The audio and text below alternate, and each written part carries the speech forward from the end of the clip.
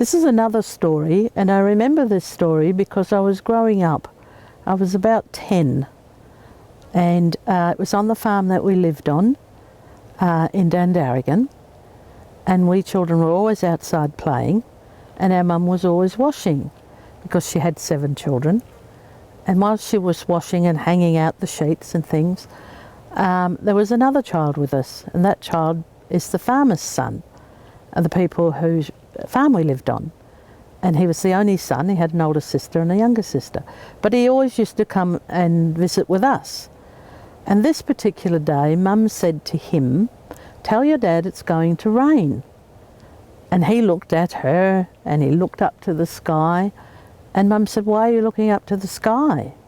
And he said, "Because it's a clear day and there's no clouds. Why do you say it's going to rain?"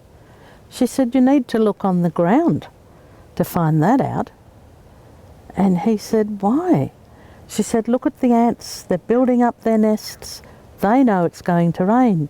Even though the rain will probably wash their sand away, they're building it up because they know what's going to happen." And she said, and as time goes on, you have the little flying ants, and they've got little wings, and they fly around, and you only see them prior to rain coming. And he said, "I've seen them, I didn't know what they were." And she said, "So that's another indication." And then you see birds scurrying around. They're going to be close to their nests. They're going to sit on their eggs or sit on their little chicks, knowing that it's going to rain soon. So they're protecting their little chickens and their eggs.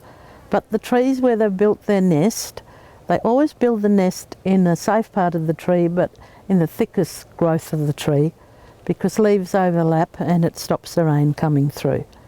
So she said they will be fluttering around and doing all their stuff. Also, the birds have a different tune when it's going to rain.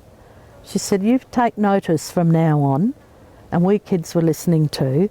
"You take notice on how the birds talk to each other, because in their whistling and that, they're actually talking to each other and they know what's coming." And then as the days increase, you can actually smell the rain before it comes down. It's a different sort of feeling in the air, and then down it comes. The clouds gather, and they gather quickly, and down comes the rain. She said, so there's a lot of things that will tell you when it's actually going to rain. I just suggest you tell your dad that I said it's going to rain. And he said, "I will." And he really told us that story many years later as an adult man, and he remembered that story that Mum had told him.